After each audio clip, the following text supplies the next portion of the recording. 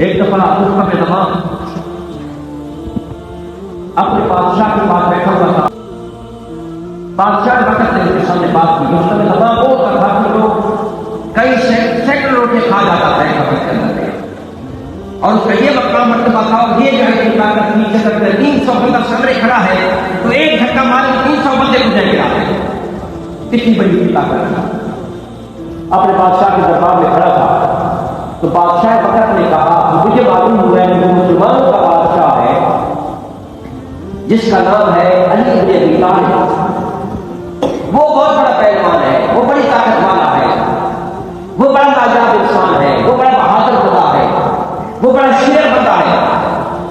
جب مصطفی زمان نے اپنے بادشاہ کے منہ سے سید علی کی تعریف سنی نا، اندر سے آگ بگولا ہو گیا. دل کے اندر میں یہ بات رکھی، بڑا پریشان ہوا. میرا بادشاہ جو ہے میری موجودگی کے اندر میں کسی اور بہادر بندے کی، کسی اور پہلوان کی تعریف کریں، یہ کیسے ہو سکتا ہے؟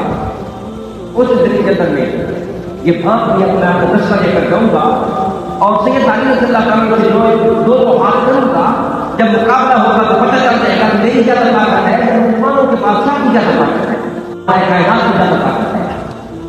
وہ چلتے چلتے اپنے 1100 بندے کا، 1100 جوانوں کا پہلوان کو دستہ دیا.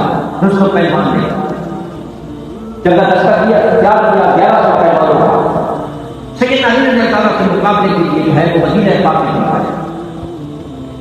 اس دن سید علی رضی اللہ تعالیٰ نے خلافت کے معاملات کرتے کرتے، خلافت کے معاملے سے مشہور معاملات میں مشہور ہوتا تھک کے ہار معلوم کرنا چاہتا ہے کہ ان کی طاقت زیادہ ہے یا ہمارے رستم زمان کی زیادہ طاقت ہے. اچھا یہ بات ہے تو ہمیں بتائیں حضرت علی کا محل کہاں پر ہے؟ کہاں پر حضرت علی اس وقت ہوں گے؟ ذرا بتاؤ تو صحیح.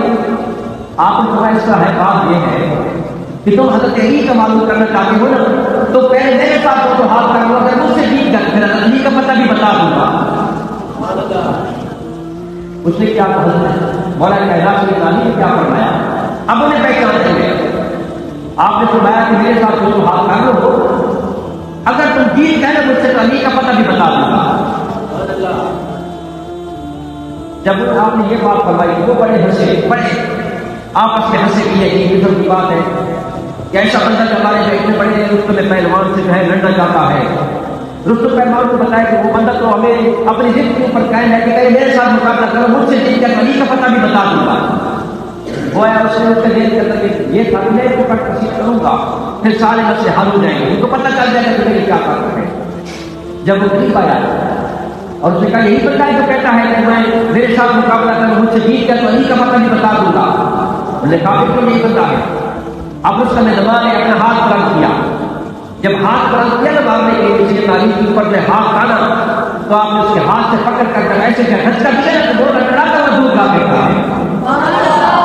تو علی سے لڑ سکے تیری سمجھ کی بھول ہے، تو کفر کی جو بڑی وہ خدا کا شعر ہے. تو علی سے لڑ سکے تیری سمجھ کی بھول ہے، تو کفر کی جو بڑی وہ خدا کا شعر ہے، وہ خدا کا شعر ہے. اب اس نے کہا عجیب قسم کی بات ہے، مجھے تیاری کا موقع نہیں ملا، مجھے تیاری کا موقع دے. اب اس کے دل کے اندر میں آیا کہ یہ جو جس کے ساتھ میری بات کی ہو رہی ہے، مقابلہ ہو رہا ہے جس کے اوپر میں اپنے ہاتھ تان کر تلواریں تان کر ہتھیار تان کے کھڑا ہوں، یہ قرآن بندہ نہیں ہے، یہ خاص بندہ ہے.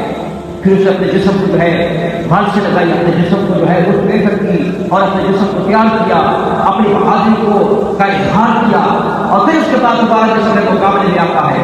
پھر چاہے وہ ہاتھ اٹھاتا ہے. آپ فرماتے ہیں ہم پہلے بار نہیں کرتے، پہلے خوب بات کا.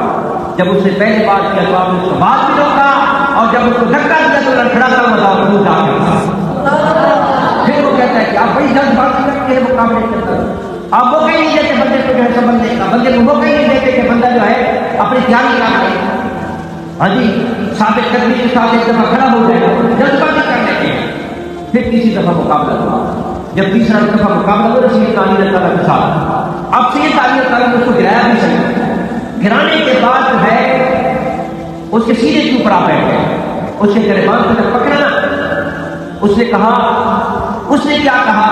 وہ شہر کی زبان میں کہتا ہے، یعنی شہر اس کی ترجمانی کرتا ہے. شہر کہتا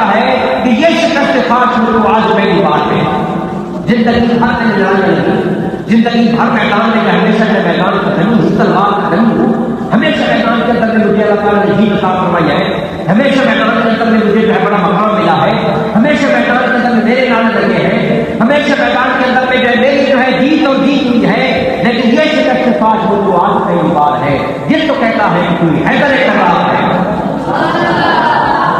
یہ شکست فاش وہ آج پہلی بار ہے جس کو کہتا ہے کہ کوئی حیدر کرار ہے۔ مجھے ایسا محسوس ہوتا ہے کہ یہ شکست فاش مجھے کوئی نہیں دے سکتا تھا، اگر کوئی مجھ سے شکست فاش دے سکتا ہے تو وہ حیدر کرار کی ذات ہو سکتی ہے، وہ مائنہ کائنات کی ذات ہو سکتی ہے، اس کے ذاتی کی ذات ہے۔ سید علی نے تھوڑا سا کھڑا کر اس نے کہا بس دیر نہ فرمائے، جس نبی کے تم غلام ہو، جس نے تجھے یہ طاقت عطا فرمائی، جس نے تجھے اپنا شیر بنایا ہے، جس نے تجھے یہ مقام عطا فرمایا ہے، اب میدانی مجھ کے اوپر یہ فرما دے کہ مجھے اس کا غلام بنا۔ اس نے فرمایا پڑھو لا الہ الا اللہ محمد رسول اللہ، وہ مسلمان ہو جاتا ہے۔ سال اس کے براتی بھی کھڑے ہیں، وہ 1100 سپاہی بھی کھڑے ہیں، وہ 1100 پہلوان کے سامنے کھڑے ہیں۔ انہوں نے کہا رسول زمان زندگی میں جنگیں بھی کٹی رہی ہے، صلح بھی کٹی ہوئی ہے، ہر جگہ کٹے گئے ہیں، جنگلوں میں، شہراؤں کے اندر میں، دریاؤں کے اندر میں ہم نے ہے کٹھے جا کر جو سارے کام کیے ہیں، لیکن اب اگر تو علی کا غلام بن گیا ہے تو ہم بھی علی کے غلام ہوتے ہیں، ہمیں بھی وہ مقام پر عطا فرما دے۔ آپ نے فرمایا پڑھو پھر لا الہ الا اللہ محمد رسول اللہ۔ یہ مولا کائنات سیدنا علی اللہ تعالیٰ نے یہ مقام عطا فرمایا ہے، یہ طاقت عطا فرمائی تھی اور یہ اللہ تعالیٰ سے عطا فرمائی تھی۔ اللہ تبارک تعالیٰ اپنے حبیب کریم صلی اللہ علیہ وسلم کے اپنے حبیب کریم صلی اللہ علیہ وسلم کے صحابہ کرام کے نقش قدم پر چلنے کی توفیق عطا فرمائے۔ داماد مصطفیٰ کریم صلی اللہ علیہ وسلم سید المسلمین ولی المتقین علی قائد الغر المحجلین، یہ سیدنا علی تعالیٰ کے مقام رکھتے ہیں۔ اللہ تبارک تعالیٰ اپنے حبیب کریم صلی اللہ علیہ وسلم کے آپ کے نقش قدم پر چلنے کی توفیق عطا فرمائے۔